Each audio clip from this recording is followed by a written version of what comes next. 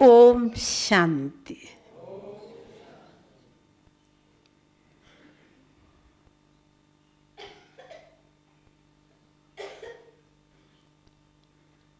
हम और आप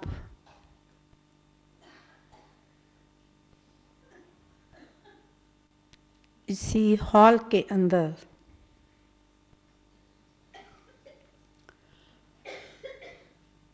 बाबा का प्यारा ओम शब्द का आलाप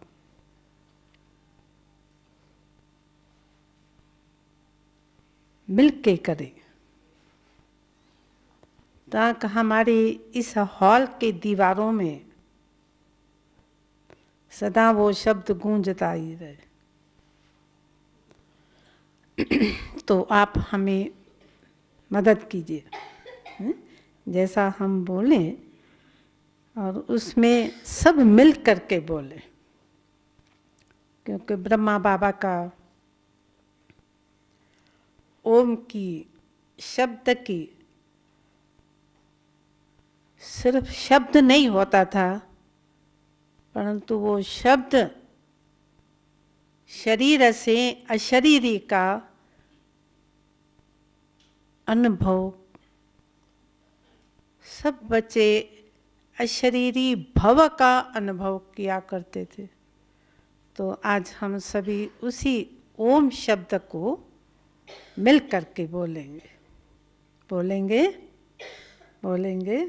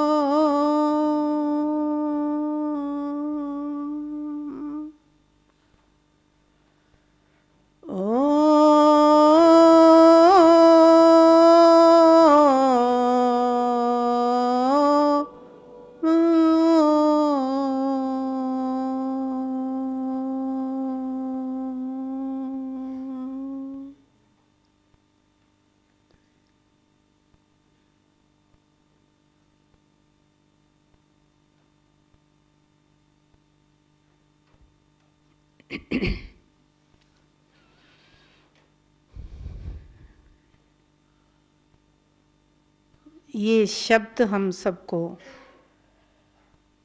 निशब्द का अनुभव कराते।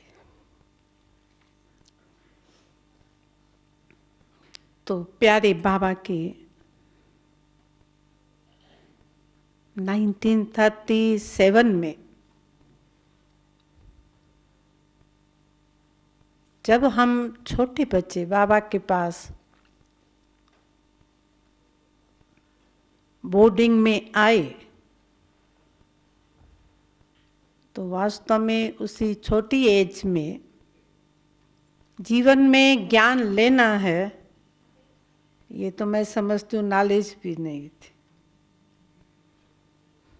बाबा की मुरली डेली सुना करते थे, लेकिन उस मुरली को ऐसा ही अनुभव करते थे कि जैसे स्कूल में हमको कोई एक लेसन टीचर पढ़ाता है, तो हमको जीवन में वो याद करना ज़रूर पड़ता है। हम भी बच्चों ने एक उस बचपन की छोटी लाइफ में बाबा के मुरली को हम ऐसा सुना करते थे जो सार रूप में हमारे जीवन में स्मृति के साथ उसकी शक्ति का, पॉइंट की शक्ति का जीवन में हम बच्चे प्रैक्टिकल अनुभव करते थे। आप सोचेंगे वो उस बचपन में अनुभव क्या होता होगा आप सबको, और वो अनुभव वास्तव में यही होता था कि मुरली सुनते सुनते बाबा जब ओम की धुनी किया करते थे तो वो धुनी हम बच्चों को कान में आवाज पड़ता था, परंतु ओम के अर्थ स्वरूप में आत्मा टिक जाती थी तो प्रैक्टिकल अशरीरी स्थिति का अनुभव होता। आज हम राजयोग सीख रहे हैं, वो भी इसलिए ही सीख रहे हैं कि हम आत्मा अभिमानी बने,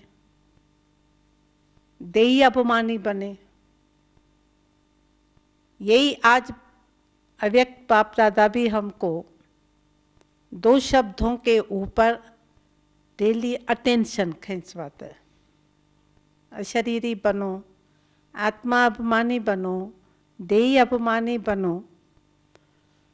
लेकिन वो जीवन का जो हमारा समय था जिसमें मन और बुद्धि इतना क्लियर था, जिस क्लियर होने के कारण से बाबा की बात की छाप दिमाग के साथ दिल में भी छप जाती थी,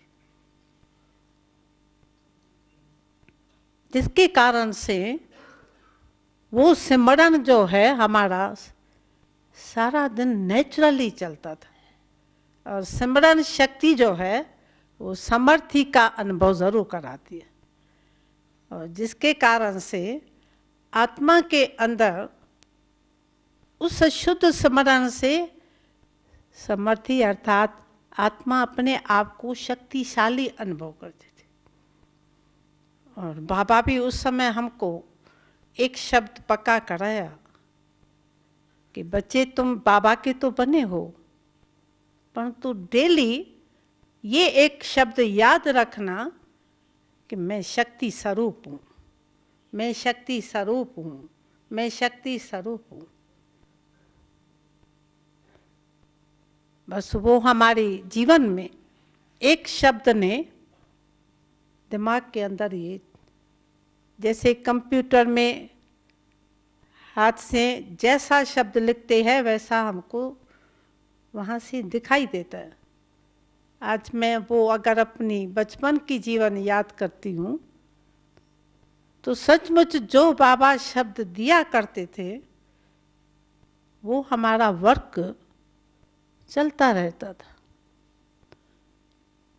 तो ऐसे नहीं है कि हम 12 घंटा बहुत फ्री रहते थे इसलिए वो स्मरण चलता था, नहीं।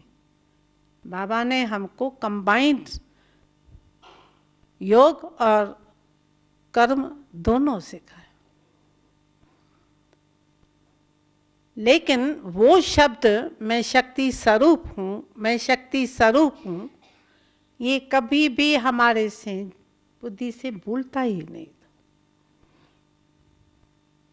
आप सोचिए जब बाबा हम बच्चों को एक शब्द के ऊपर इतना अटेंशन खींचवाया तो उसका हमारा जो जीवन में पक्का निश्चय हो गया कि मैं शक्ति स्वरूप हूँ, तो निश्चय तो हो गया, परंतु शक्ति स्वरूप का पेपर जरूर आता भी है। अगर मैं पहलवान हूँ, बोलती हूँ मैं पहलवान हूँ, तो शब्द से मैं पहलवान तो नहीं बन गई ना। पहलवान का पेपर आता है मैदान पर, जो किसके ऊपर विजय प्राप्त करे तो वो पहलवान माना जाएगा।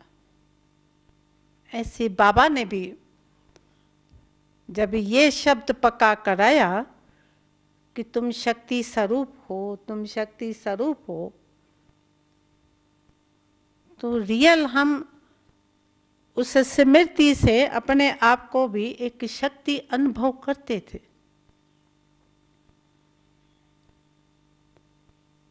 अब वो शक्ति अपनी कहाँ तो बाबा यूज कराएंगे ना,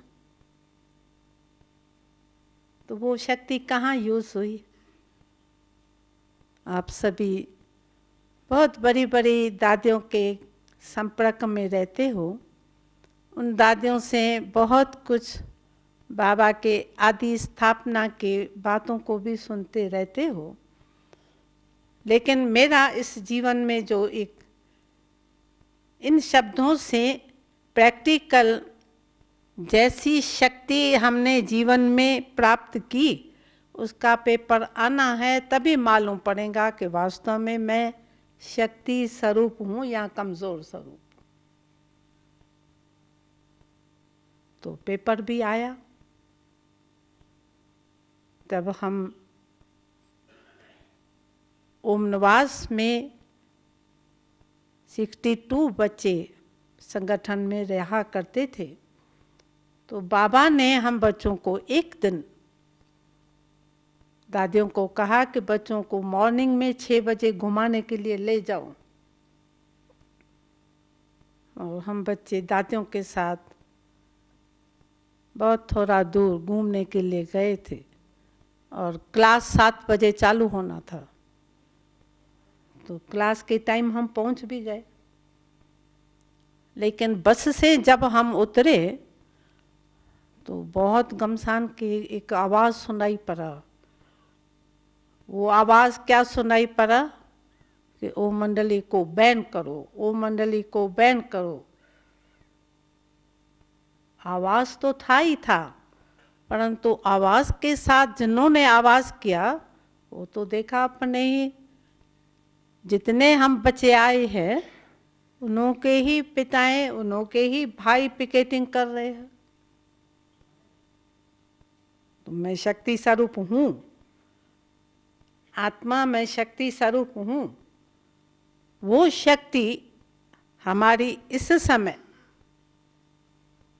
जो कि अपने ही जितने बच्चे हम थे उनके ही रिलेशन थे, और वो लोग यही चाहते थे कि कोई भी इसी सत्संग में जो घर से परिवार आते हैं रोज, वो आज इस क्लास में नहीं जाएंगे। और उनको मालूम था कि हम बच्चे तो इसी बोर्डिंग में ही रहने वाले हैं, अर्थात हमारा ये एक घर हो गया। लेकिन देखो उस समय जब हम नीचे उतरे बस से तो हम लोग लाइन से अपना बाहर ही बैठ गए रह। उन्होंने कहा तुम लोग क्यों यहाँ रुकते हो, तुम्हारा तो ये घर है, तुम लोग बच्चे अंदर चले जाओ। हम लोगों ने सभी का एक ही आवाज़ था,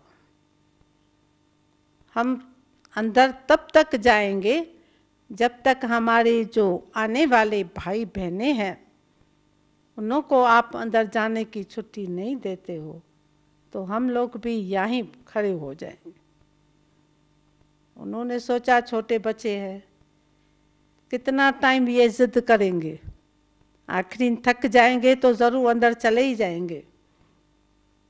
लेकिन आप 7 बजे से टाइम बढ़ता गया, 8 हुआ, 9 हुआ, 10 हुआ, 11 हुआ, तब उनको हमारे ऊपर एक तरस आया। कहते बच्चे आप इतना घंटा यहाँ खड़े नहीं हो जाओ, आप अनजान बच्चे हो, आप अपने घर अंदर चले जाओ, ये बड़ों की बात है। उनको ऊपर हमने ये पिकेटिंग किया।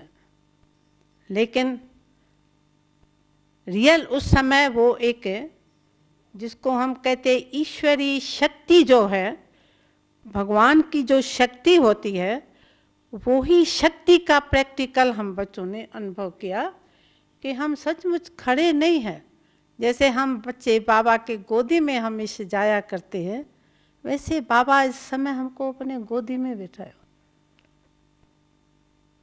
बाबा ही हमको जैसे शुभी रस पिला रहा है, बाबा ही हमको कुछ खिला रहा है।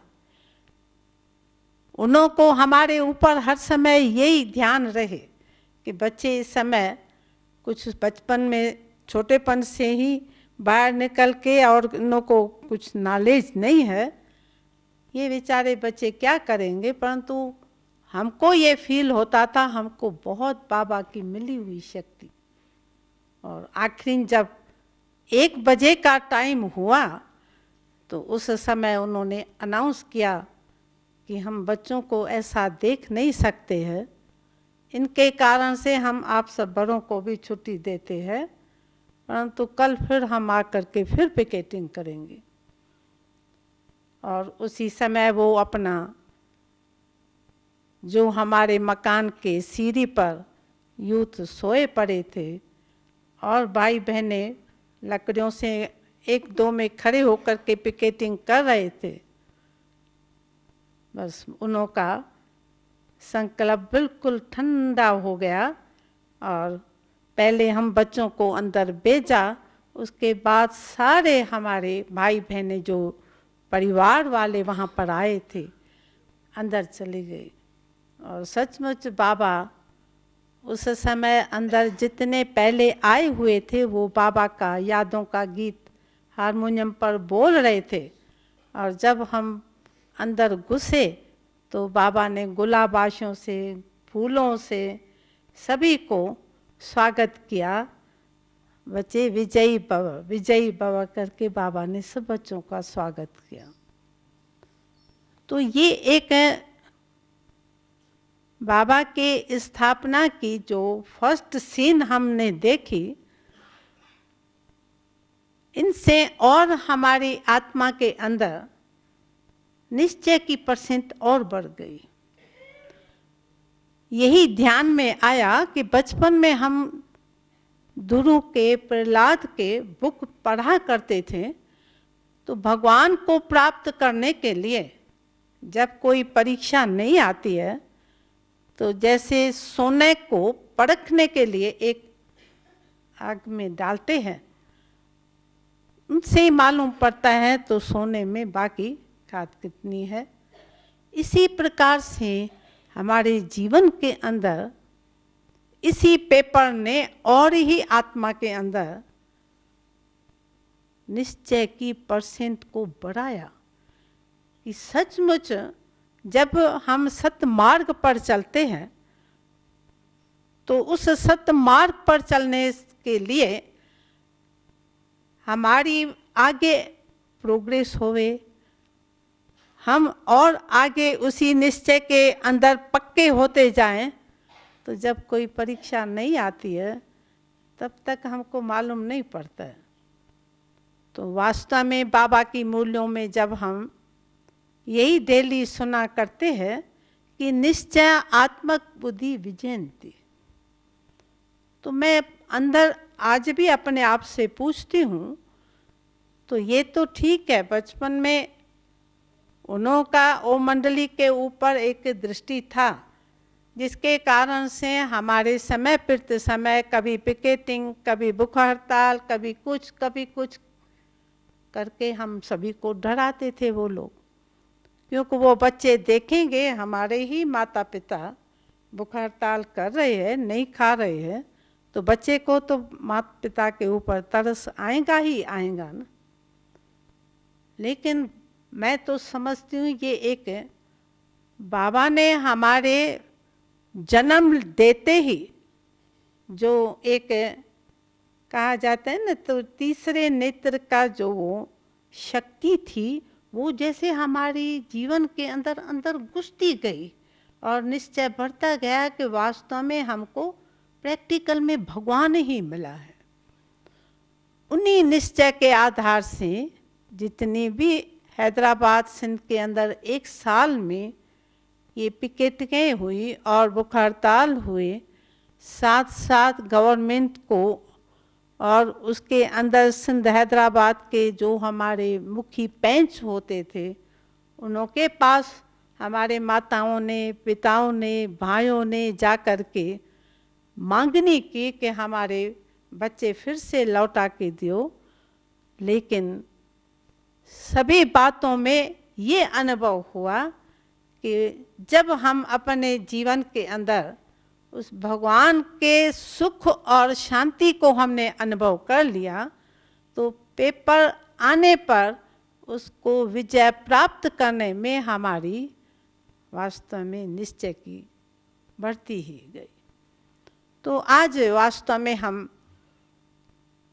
इस जीवन के अंदर फिर हम देखती हूँ, तो वो निश्चय में एक ही बात का थोड़ी निश्चय चाहिए, क्योंकि उस समय हमारी पढ़ाई के हिसाब से ऐसा पेपर आया और हम जितने भी बच्चे थे ऐसा ही अनुभव करते थे कि हम सचमुच एक माता पिता के बच्चे इतने अपने ही हैं। तो प्रेम भी आपस में बहुत था।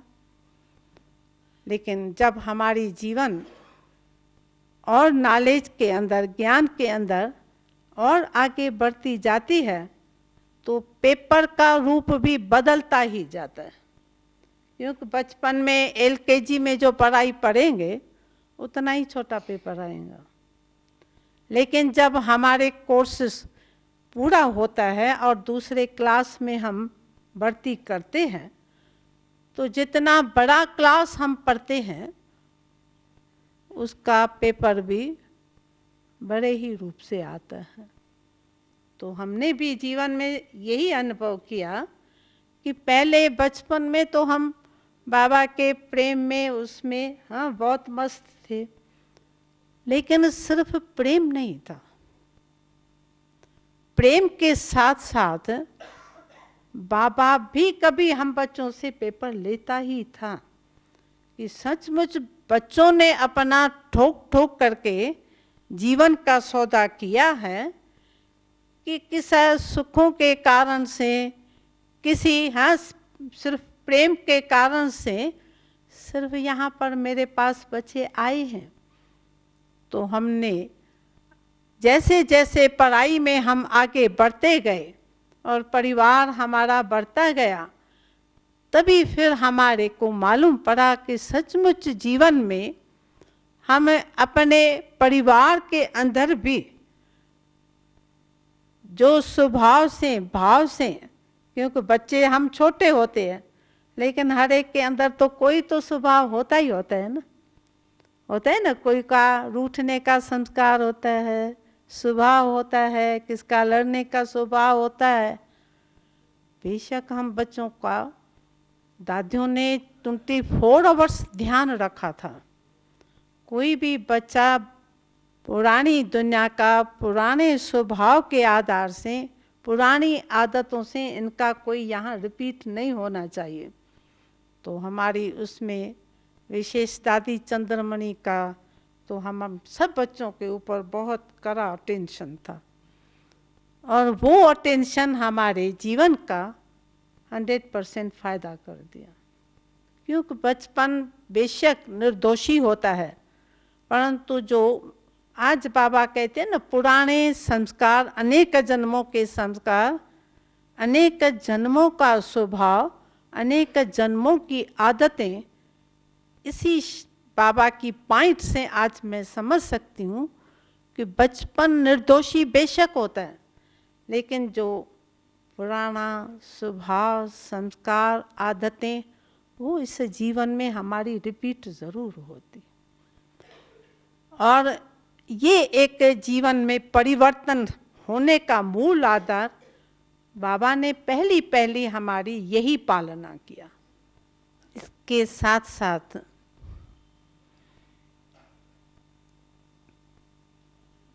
दिन प्रतिदिन अपने जीवन के अंदर सिर्फ शक्ति नहीं, परंतु उस शक्ति स्वरूप में एक दिव्य शक्ति का अनुभव होने लगा। वो दिव्य शक्ति जिससे अपने जीवन के अंदर बचपन होते हुए भी जो बचपन में आत्मा में संस्कार, स्वभाव, आदतें थी, वो हमारी दिन प्रतिदिन परिवर्तन होती गई। ये बहुत एक, जैसे कहते हैं ना, एक जादू का खेल होता है।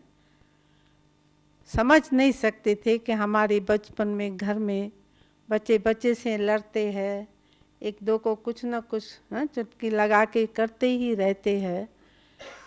तो इनसे एक अंदर फीलिंग आती थी कि सचमुच भगवान के सिवाय हमारे को ऐसा जीवन में बदलने वाला कौन। अगर कोई हमको कहेगा भी तुम इन बच्चे से इतना क्यों बुरा बोला, क्यों गाली उसको दी, तो हम उस समय पहला जवाब क्या देते हैं, उसने दी इसलिए मैंने दिया, उसने मेरे को सिर्फ ऐसा किया इसलिए मैंने उसको मारा। ये तो बचपन में हम सभी करते ही है।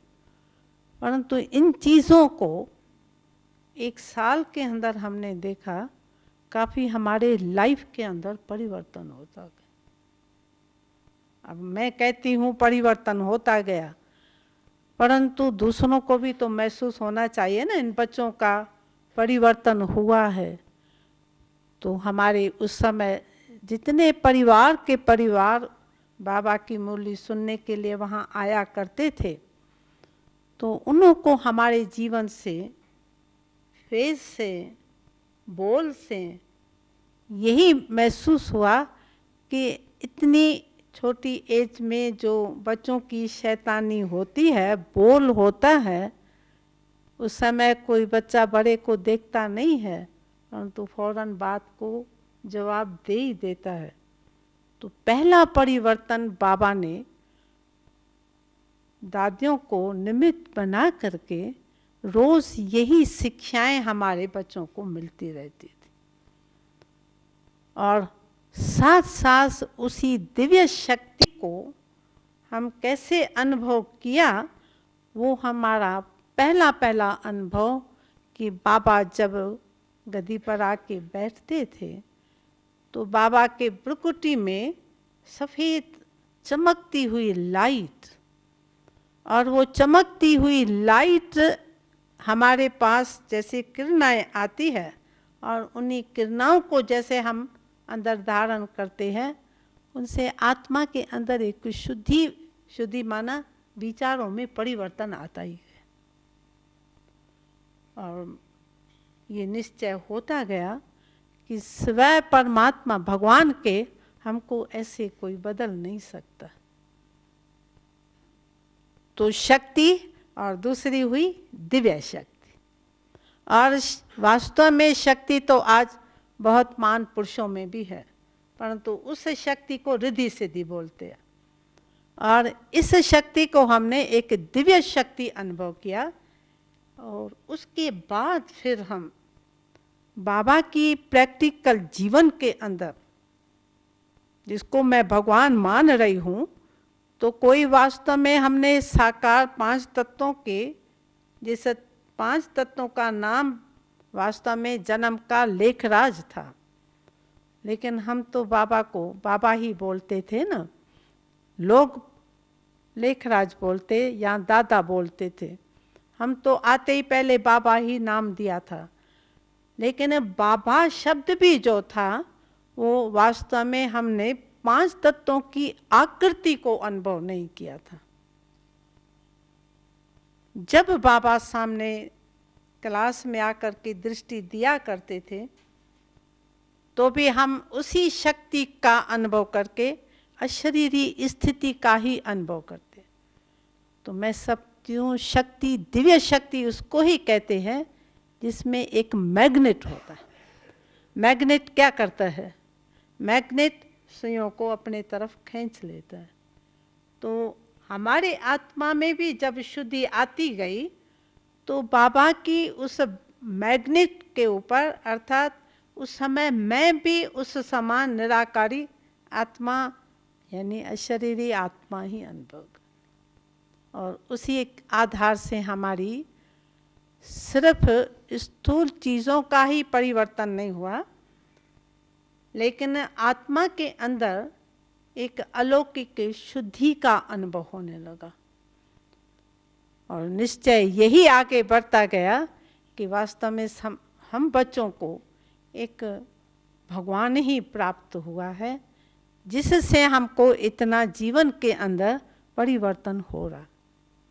ये तो हम बच्चों का परिवर्तन जो स्कूली लाइफ में बाबा ने हमको रखा, उसमें जो हमको बाबा बहुत सुंदर सुंदर रूहानी छोटे छोटे लेसन दिव्यता के हमको बना के दिया करते थे, जिस लेसन को हम जब याद किया करते थे तो हमको ये लगता था कि वास्तव में वही मैं हूँ, वही मैं हूँ। तो बाबा ने हमको यही पक्का कराया, तुम तो पहले शूद्र थे, मैं तुमको देवता बनाता हूँ।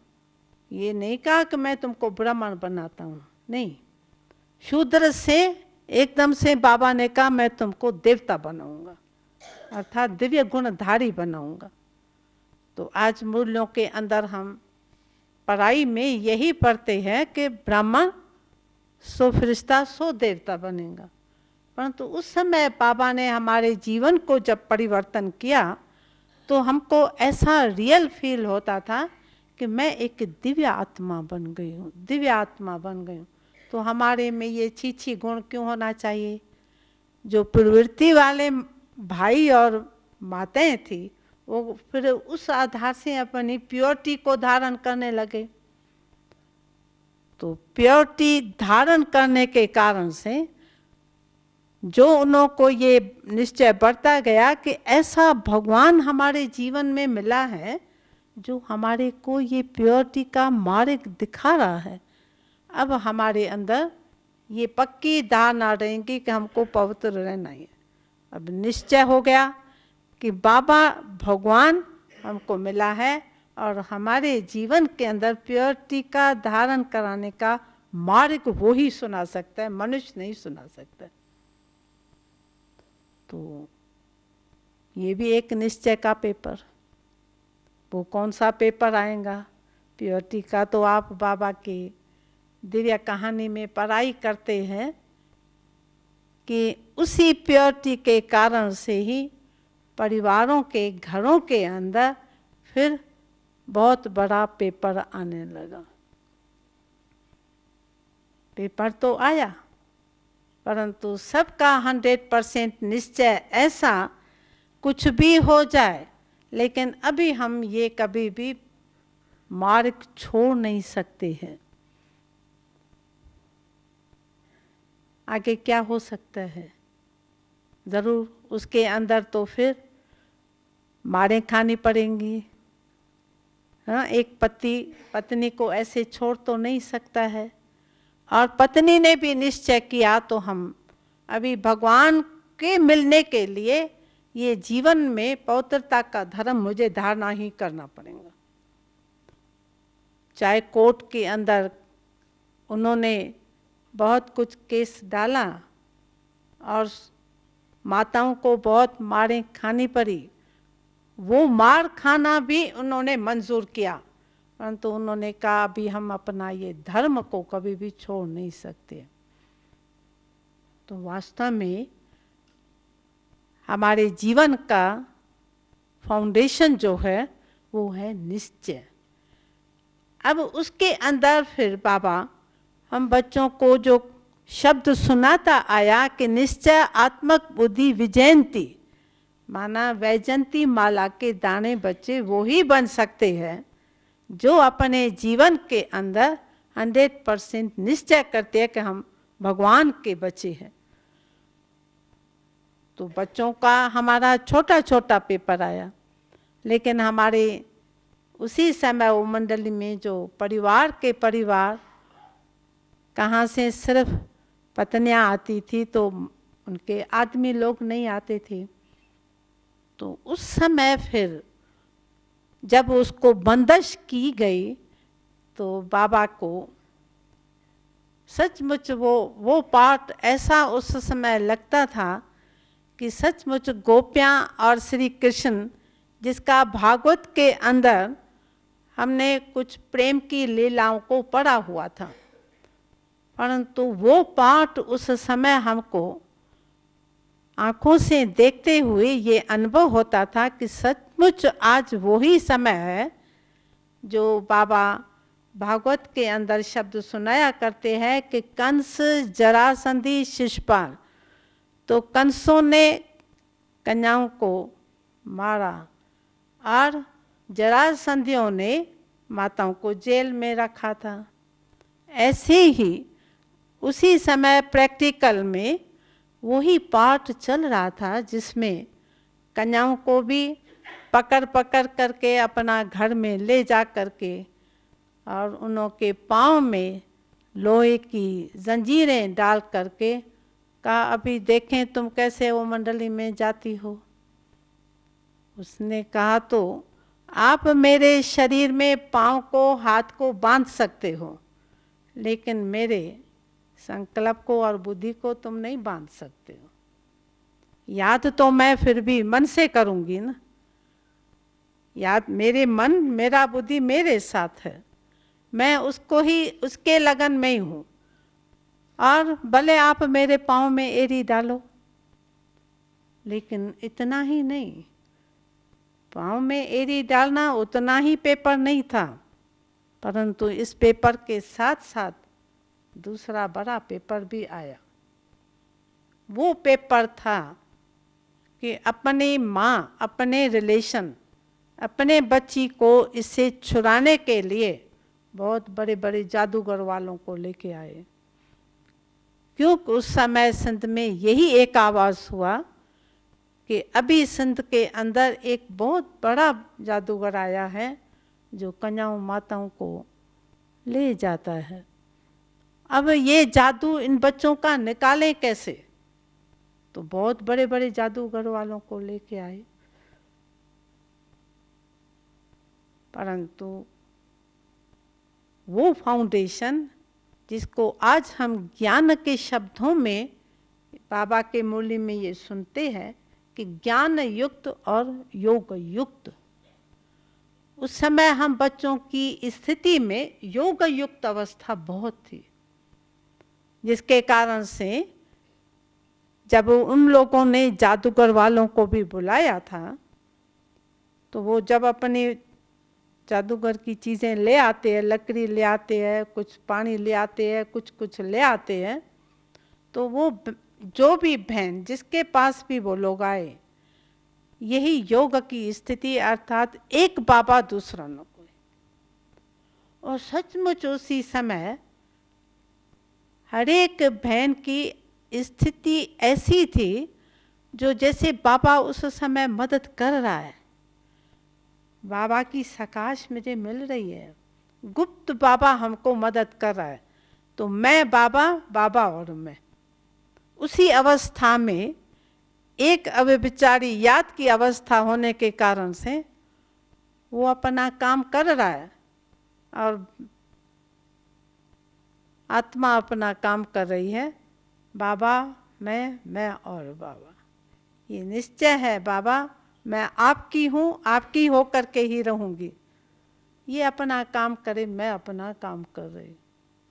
और सचमुच ये जो बाबा कहते हैं ना योग में बल है, उस समय वो याद का बल ऐसा था जो जादूगर वाले का हाथ ही हिलने लगा। वो देख रहा है मेरा जादू तो अभी कोई काम नहीं कर रहा है। तब थोड़ा रुक के उसने कहा, माँ मेरा जादू से भी उनको बहुत बड़ा जादू पड़ा हुआ है, ये मेरा काम नहीं है। माता बेचारी ढीली हो गई, ये क्या है? इसका मतलब मेरी बेटी का कोई जादू ही नहीं निकलेगा। तो फिर बाद में उसने कहा, देखो माँ मैं सच सुनाता हूँ, ये कोई रॉन्ग रास्ते में नहीं जा रही है, इसकी बहुत एक आत्मा में दिव्य शक्ति है। चलो वो बेचारा अपना काम करके पैसा तो लेके गया, परंतु यहाँ की ये एक दिव्य शक्ति जो हम आज बाबा के मूल्यों में सुनते हैं, उसका अनुभव जो है बाबा ने उस समय हम बच्चों को बहुत करें। आज हम ये नॉलेज के आधार से याद की सब्जेक्ट के में मैं ये शब्द ज़रूर अंदर महसूस करती हूँ कि ये याद का बल मेरा तब बढ़ सकता है जब हम एक शब्द के याद में स्मरण ज़्यादा करते हैं, तब हमारा जाके याद में बल बढ़ता है। तो जैसे बाबा ने कहा तुम शक्ति स्वरूप हो, परंतु वो दिव्य शक्ति तब बनी जब मैं पहले स्मरण किया मैं एक शक्ति स्वरूप हूँ, मैं शक्ति स्वरूप हूँ।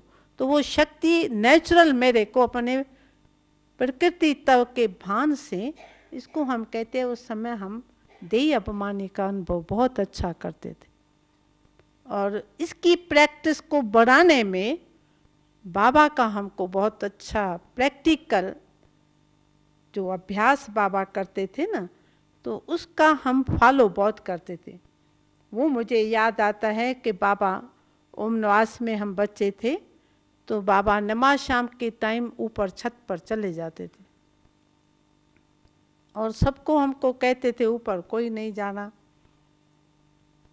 तो एक टाइम होता है ना, बच्चे सोचते हैं तो आपस में बात की क्यों नहीं जावें, क्या बात होंगी, चलो हम धीरे धीरे जाएंगे ऊपर। तो हम लोगों ने देखा बाबा टांग टांग पर एक चित्र हमारा फोटो का अभी भी है, वो बहुत नशे में खुमारी में बाबा बैठा हुआ है।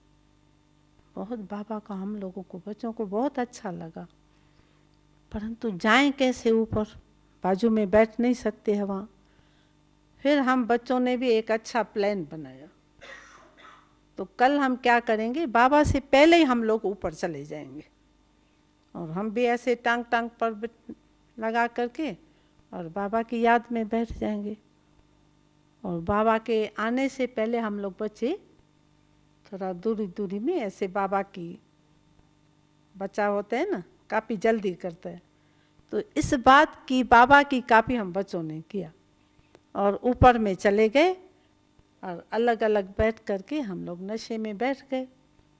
बाबा का टाइम हुआ, बाबा ऊपर आया, बाबा देख रहे हैं बच्चे तो बिल्कुल ही नशे में चले गए, परंतु ये देखते हुए बाबा जो उसका नियम था उसी प्रमाण बाबा भी बैठ गए और हम लोगों को और ही बाबा से सकाश मिलने। तो उसी छोटेपन में करीब करीब जो आज हम मुरली में सुनते हैं ना, फॉलो फादर सी फादर, हम बच्चों को उस समय किसको देखना है, ज़रूर बच्चों के सामने तो बाप ही होता है ना, तो बाबा को देखते भी थे और बाबा के हर बात को फिर फॉलो भी करते थे। तो इसी बात में हम आपको सुना रहे हैं। तो बाबा की वो जो देखने की खुमारी, तो बाबा उस समय हमको देख रहा है ये नहीं था, बाबा से मिल रहा है, तब थोड़ी मालूम है तो बाबा वो अलग है ये अलग है, नहीं, हमको तो यही भगवान महसूस होने लगा ना। परंतु ये जो बाबा के ब्रुकुटी में सफ़ेद सफ़ेद लाइट चमकती थी, अब मालूम पड़ता है तो बाबा की प्रवेशता जो थी वही हमको अनुभव बाबा कराता था।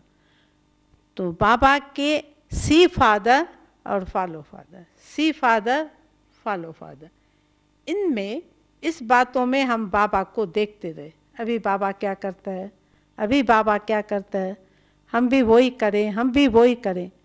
अब वो संस्कार जैसे उस समय हम बच्चों में, अब तो बाबा कहते हैं ना संस्कारों को परिवर्तन करो, तो वो संस्कार में हमारे को परिवर्तन करने में बाबा की सी फादर करने से, फॉलो फादर करने से वो संस्कार सो ये दिव्य संस्कार बनता है।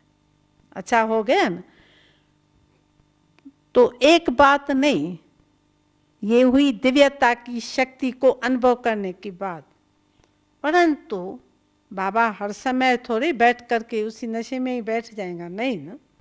बाकी टाइम तो बाबा, जब हम बच्चे इतने बच्चे हैं तो बाबा की कारोबार भी तो बढ़ गई ना। तो बाबा कर्म योगी थे ना, तो बाबा को कितना कर्म करना पड़ता। तो जितना हम जीवन में कर्म सीखे वो भी बाबा से ही सीखे, क्योंकि छोटेपन में हम उतने एज के अंदर कोई घर में तो हम सीख नहीं सकते हैं, यहाँ कोई ट्रेनिंग लेने के लिए तो हम बच्चे कहाँ गए ही नहीं, आए तो हम बाबा के पास ही आए। तो बाबा के हर कर्म को देखा भी और हर कर्म को फॉलो भी।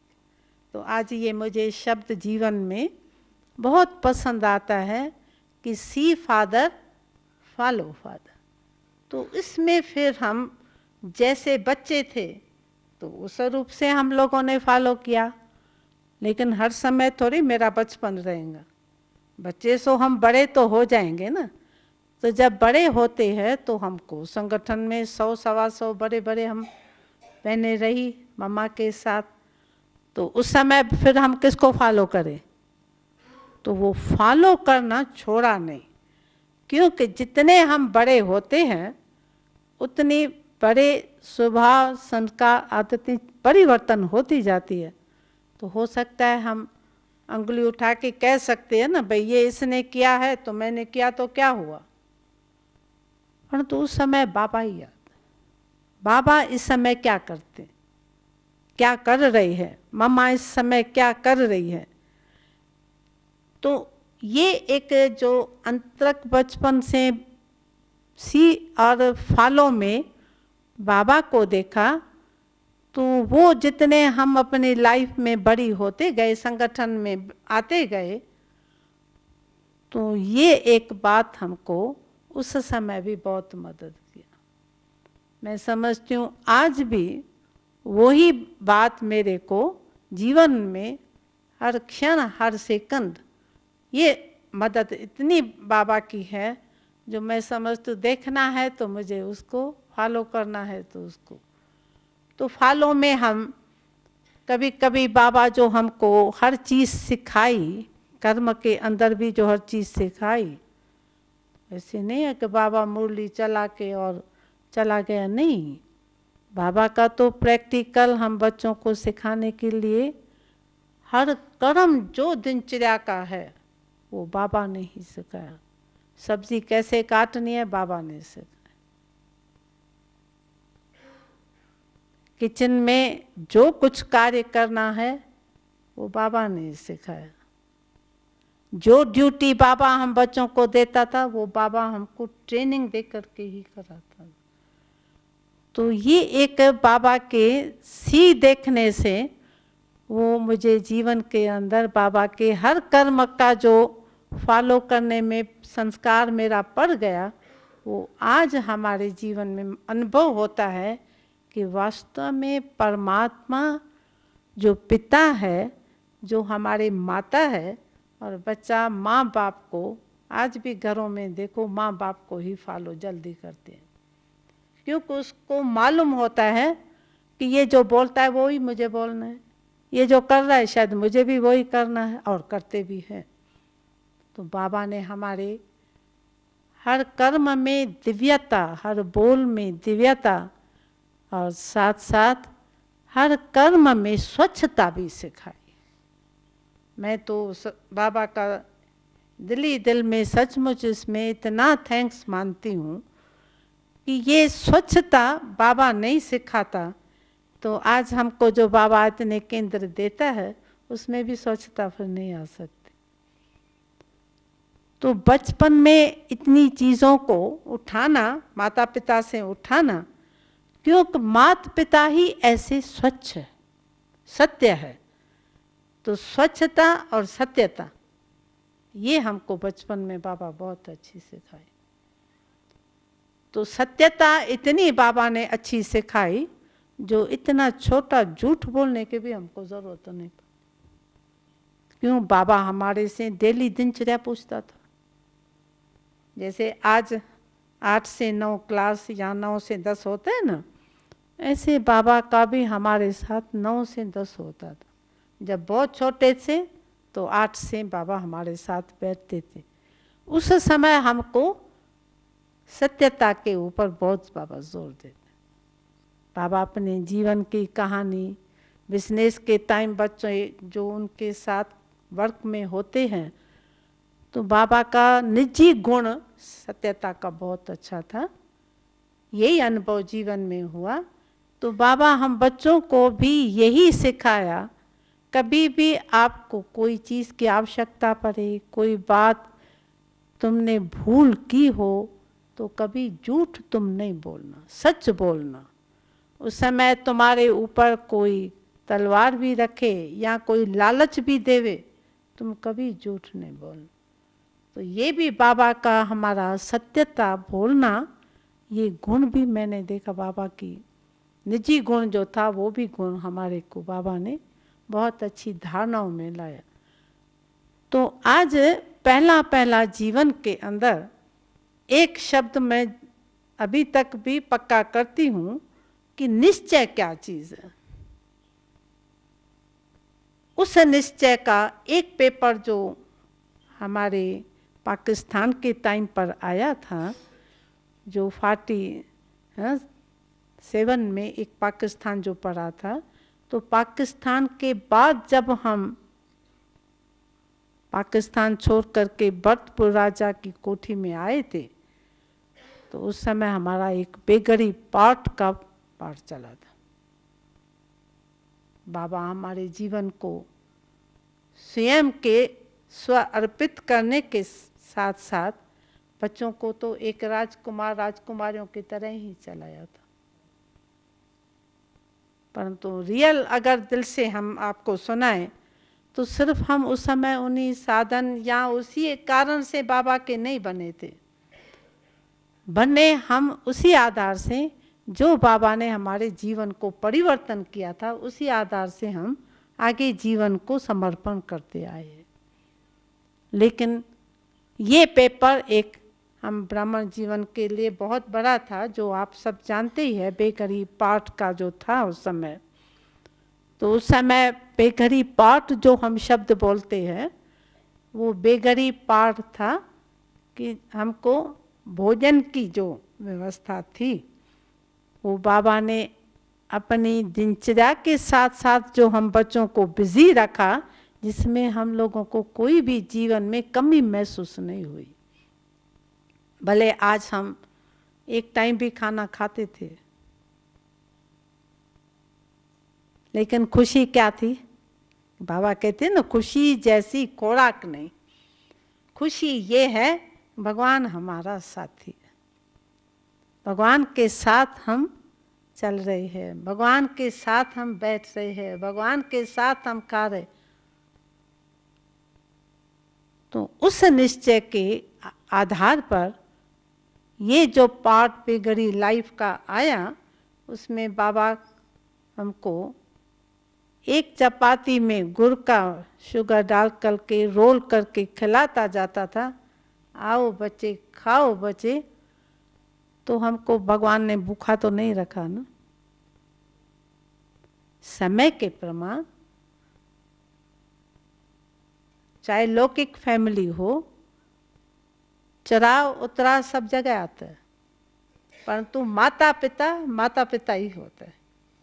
इसी ही प्रकार से वो बचपन निश्चय का फाउंडेशन जो था, वो जैसे जैसे समय बीतता गया, जैसी जैसी बातें आती गई, जैसे जैसे पेपर आते गए, तो ये जानकारी अंदर आती गई कि हमको दर्जे में आगे जाना है, तो हमको विजय प्राप्त करना है।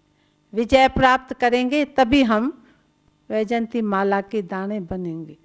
तो यही चीज़ें हमारी आपस में चर्चा के अंदर भी और चर्चाएं न चल करके यही चर्चाएं होती थी कि वास्तव में हमारी वैजयंती माला में दाना बनना है, तो हमारा निश्चय के आधार से ही बनना। तो अंदर ये होता था, हम 108 माला के दाने है ही है, हम 108 माला में पिरोए हुए ही है, बाबा के गले में पिरोए हुए ही है।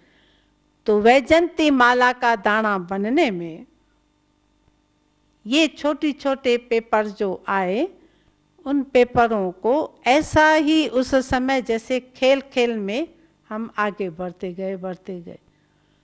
तो ऐसे ऐसे समय पर जब कोई फैमिली के कोई पति पत्नी के हिसाब से भी कोई बातें आती थी, तो भी वो माताएं अपने जीवन के अंदर बाबा के याद में, बाबा की सकाश से वो सब प्योरिटी के पेपर में भी पास हो गई।